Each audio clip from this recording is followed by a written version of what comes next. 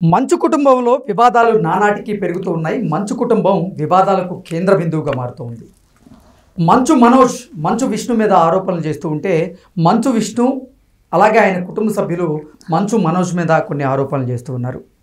రీసెంట్గా మంచు విష్ణు అతని అనుచరులు నా కార్లను ఎత్తుకు వెళ్ళారు, నా ఆస్తులను ధ్వంసం చేశారు అంటూ మంచు మనోజ్ విష్ణు మీద అతని అనుచరుల మీద తీవ్ర ఆరోపణలు చేస్తున్నటువంటి నేపథ్యంలో అసలు ఈ ఘటనలో ఏం జరిగిందనేది మనం పూర్తి స్థాయిలో విశ్లేషణ చేసుకుందాం. ప్రస్తుతం మనతో పాటున్నారు ప్రముఖ రాజకీయ విశ్లేషకులు, ప్రముఖ సీనియర్ జర్నలిస్ట్ దుర్గా వడ్లమణి గారు. వారితో మాట్లాడు. దుర్గా, నమస్తే. నమస్తే అండి. మంచు కుటుంబం వివాదాలకు కేంద్ర బిందువుగా మారుతుంది. వారి కుటుంబంలో ఉన్నటువంటి వివాదాలు నానాటికి పెరుగుతూనే ఉన్నాయి.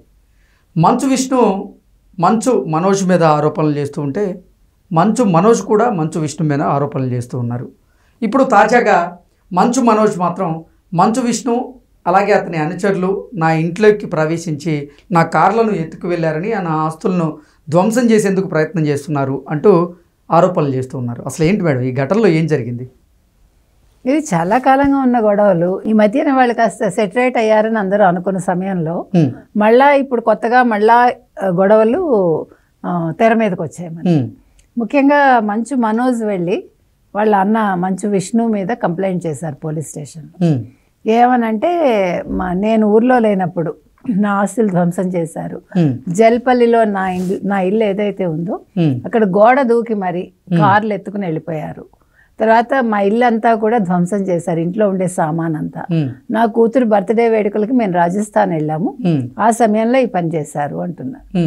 ఈ కార్లన్నీ కూడా ఇప్పుడు విష్ణు వాళ్ళ కాంపౌండ్లో ఉన్నాయి అంటున్నాడు. కాబట్టి మంచు మనోజు ఈ విషయాన్ని తండ్రి మోహన్ బాబు గారికి చెప్దామని ప్రయత్నిస్తే ఆయన ఫోన్లో అందుబాటులోకి రాలేదు. నేను అనేది ఏంటంటేనండి, ఇప్పుడు పెద్ద పెద్ద కుటుంబాల్లో ఒక స్టేజ్కి వచ్చాకండి ఈ రకంగా గొడవలు రావడం అనేది బాగులేదు. ఇప్పుడు ఇంతకంటే పెద్ద కుటుంబాలు ఉన్నాయి. ఇప్పుడు నందమూరి గారి కుటుంబం ఉంది, లేదు అక్కినేని గారి కుటుంబం ఉంది, లేదు కృష్ణ గారి కుటుంబం ఉంది. మనకు తెలిసి కృష్ణ గారి కుటుంబంలో అసలు ఇంకా ఎక్కువ రావాలి, కానీ ఎప్పుడూ కూడా ఎటువంటి గొడవలు రాలేదు. విజయ నిర్మల గారితో ఆయన ఉన్నా కూడా, మహేష్ బాబు గారు కానీ ఎవరైనా కూడా తండ్రితో సఖ్యంగానే ఉన్నారు, విజయ నిర్మల గారితో కూడా సఖ్యంగా ఉన్నారు. అంటే వాళ్ళు ఉన్నా లేకపోయినా వాళ్ళందరూ కూడా ఈ రోజుకి కూడా ఎటువంటి మాటలు అనుకోవడం కానీ ఒకళ్ళనొకళ్ళు ఎవరికి అలాంటిది లేదు కదా. కానీ ఎందుకని మంచు మోహన్ బాబు ఇంట్లో ఇలా జరుగుతుంది? దీనికి కారణం ఏంటి? ఎందుకంటే దాసరి నారాయణరావు గారు లాంటి పెద్దలు లేకపోవటం కూడా ఇండస్ట్రీలో ఒక మైనస్ అయింది. ఇప్పుడు దాసరి గారు లేకపోవటం వల్లే కదా దాసరి గారి కుటుంబంలో ఈరోజు ఇన్ని గొడవలు వచ్చాయి. ఇప్పుడు మోహన్ బాబు లాంటి వాళ్ళు ఆయన ఆస్తి గొడవలు తీరుస్తామని తీర్చలేదు కూడా, చేతులు ఎత్తేసాడు ఆయన. అంటే నేను అనేది మనుషులు ఉన్నప్పుడు వేరు, లేనప్పుడు కదా ఇలాంటి వాళ్ళు సరిగా ఉండాలి. అంటే చాలా సందర్భాల్లో మంచు మోహన్ బాబు గారు మనిషి దగ్గర క్రమశిక్షణ లేకపోతే నాకు నచ్చదు అంటూ చాలా సందర్భాల్లో ఆయన వ్యాఖ్యానించారు. కానీ ఇప్పుడు మాత్రం నెటిజన్లు అసలు నీ కుటుంబంలోనే సఖ్యత లేదు, మీ కుటుంబస్తులకే క్రమశిక్షణ లేదు అంటూ మంచు కుటుంబాన్ని టార్గెట్గా చేసుకొని కొన్ని పోస్టులు పెడుతూ ఉన్నారు. ఏంటి మేడం, దీన్ని ఎలా చూడాలి? ఇప్పుడు క్రమశిక్షణ ప్రతి కుటుంబంలోనూ ఉంటుంది, ఉండాలి. అది వాళ్ళ పరిధులు. అది అంటే నేను బయట వాళ్ళకి వెళ్ళి నాకు ఇలా క్రమశిక్షణ ఉంది కాబట్టి మీరు ఇలా ఉండాలి అని చెప్పడం తప్పు. కానీ నా పిల్లలు అలా ఉండాలనుకోవడం తప్పు లేదు. వాళ్ళు ఉంటారా ఉండరా అనేది మీ మీద వాళ్ళ మీద ఆధారపడి ఉంటుంది. ఇప్పుడు మంచు మనోజ్ విషయంలో అతను అమ్మాయిని చేసుకోవటం అనేది అది అతనికి నచ్చలేదంటారు. ఇప్పుడు ఆయనకు నచ్చని విషయాలు వాళ్ళ ఫ్యామిలీలో చాలా జరిగాయి.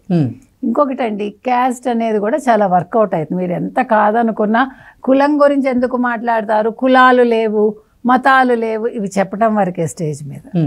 ఎవరి వ్యక్తిగత అభిప్రాయాలు వచ్చేసరికి వాళ్ళ కులం ఉంటుంది, కులం వల్ల వచ్చే మన అలవాట్లు ఉంటాయి, మన సంస్కృతి సంప్రదాయాలు ఉంటాయి. మీరు కాదనుకున్నా అది మీ బ్లడ్లో ఉంటుంది. కాకపోతే మీరు ఎవరినైనా చేసుకోవటం అనేది మీ ఇష్టం. అది వేరే మతం వాళ్ళు కావచ్చు, వేరే కులం వాళ్ళు కావచ్చు, మీరు అడ్జస్ట్ అవుతానంటే చేసుకోండి, దానివల్ల వచ్చే నష్టమేం లేదు. కానీ మాట్లాడకూడదంటూ మనం కొన్ని సందర్భాల్లో కులాన్ని తీసుకొచ్చి, కొన్ని సందర్భాల్లో ఏంటి కులం మాట్లాడతావేంటి అంటాం అనేది కొంచెం అది ఎబ్బెట్టుగా ఉంటుంది నా దృష్టిలో.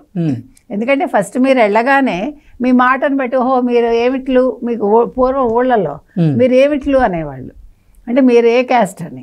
అట్లాగా మీ మాటను బట్టి మీ క్యాస్ట్ని అంచనా వేయడానికి చాలామంది ప్రయత్నిస్తారు. మీ ఇంటి పేరుని బట్టి మీ కులం ఏంటి అనేది గెస్ చేయడానికి ప్రయత్నిస్తారు. ఇప్పటికీ జరుగుతుంది. ఇంకా నన్ను అడిగితే తెలంగాణలో కొంచెం బెటర్ కంపారిటివ్లీ, ఆంధ్రాలో చాలా ఎక్కువ అది. కాబట్టి నేను అనేది ఏంటంటే ఈ కులాలు మతాలు మధ్య చిచ్చులు కూడా కుటుంబాల్లో కలతలకు కారణం అవుతున్నాయా అనేది ఒక సందేహం. ఎందుకంటే ఆయనకి ఇష్టం లేని పెళ్ళి అతను చేసుకున్నాడు.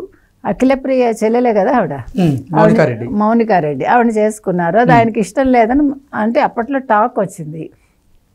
మరి మంచు విష్ణు కూడా మరి రెడ్ల అమ్మాయినే చేసుకున్నారు. ఆ అమ్మాయి ఎవరు, అమ్మాయి జగన్మోహన్ రెడ్డికి రిలేషను. అక్కడ మనకి మంచు లక్ష్మి తీసుకుంటే ఆవిడ ఒక తమిళియన్ని పెళ్లి చేసుకుంది. కాబట్టి అంటే ఆయన కులంలోంచి ఎవరు చేసుకోవాలా.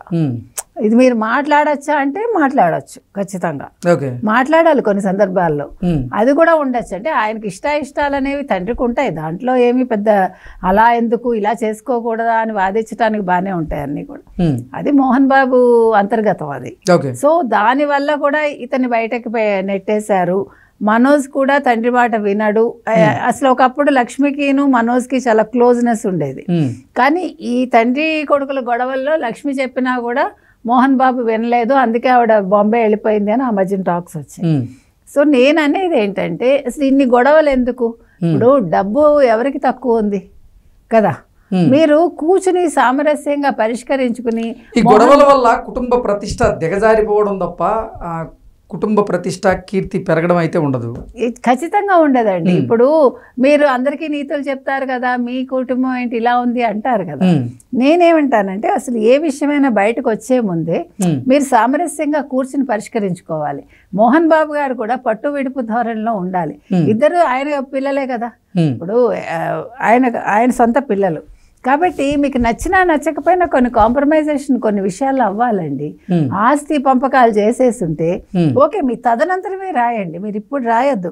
నేను అది కూడా చెప్తా, ఏ తల్లి తండ్రి కూడా వాళ్ళ ఆస్తులు బతికుండగా మీరు ఇచ్చేయకండి. మీకంటూ కొంత ఉంచుకున్నాకే మిగతాది పిల్లలకి ఇవ్వండి, లేకపోతే మిమ్మల్ని రోడ్డు మీదకి విడుస్తారు. సందేహం లేదు. అంటే చాలా సందర్భాల్లో ఇప్పుడు మంచు మోహన్ బాబు గారు మాట్లాడిన మాటలు మనం విన్నాం.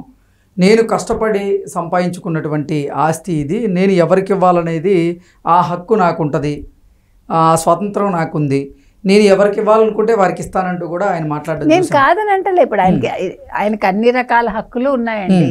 కానీ మీకు ఒక స్టేజ్ వచ్చాక మీరు ఒక మోహన్ బాబు గారు మంచి కుటుంబం అంటే ఒక మంచి పేరు ఉన్నప్పుడు ఈ ఆస్తి కోసం ఇలా వీధికి ఎక్కడం ఎందుకు అంటున్నాం మనం. మీకు అర్థమైంది నా పాయింట్. ఆయన ఇష్టమే, ఎవడు కాదంటల్లా, బట్ లెట్ హిమ్ కాంప్రమైజ్. నేను అనేది మీరు పెద్దరికం వహించి సర్లే నా కొడుకే కదా నేను కొంచెం తగ్గుతాను అనుకుంటే తప్పేం లేదు. ఇది బయట వాళ్ళు కాదుగా. కొంత ఆస్తి అతనికి ఇచ్చేసి ఇదేదో ఒక సెటిల్మెంట్ చేసేసుకుని ఇలా రోడ్డుకు ఎక్కకుండా వాళ్ళు ఒక మంచి సామరస్యపూరిత వాతావరణంలో వెళ్తే బాగుంటుంది. ఈగోలు ఉంటాయండి, ఎవడు కాదని అంటల్లా, కానీ ఈగోలు తగ్గించుకోవాలి. నేను తండ్రిని కాబట్టి వాళ్ళు నా మాటే వినాలి అనుకోవడం, లేకపోతే ఇది నేను సంపాదించిన ఆస్తి మీరు సంపాదించిన ఆస్తి ఎవడు కాదని అంటల్లా. కానీ మొదటి నుంచి మీరు ఎలా పెంచారో ఊళ్ళో వాళ్ళకి తెలియదుగా. మీరు ఈ ఆస్తి నాదనుకుని పెంచారా, లేకపోతే మనం అనుకుని పెంచారా, పిల్లలని సమానంగా పెంచారా, సమానంగా పెంచలేదా, ఆ విషయాలన్నీ మీ కుటుంబంలో తెలుస్తాయి, బయటవాడికి తెలియదు. కాబట్టి మనం లేనిపోని వివాదాలు తెచ్చుకుని మన ప్రతిష్టను దిగజార్చుకోవటం ఎందుకని మనం చెప్తున్నాం. కాబట్టి మంచు మనోజ్ అనేవాడు ఫోన్ చేసినప్పుడు మోహన్ బాబు గారు కూడా రెస్పాండ్ అయ్యి దీనికి ఒక పరిష్కారం చూపిస్తే బాగుంటుంది ఇప్పటికైనా అని నేను అనుకుంటున్నాను. ఓకే అండి, థ్యాంక్ యూ సో మచ్.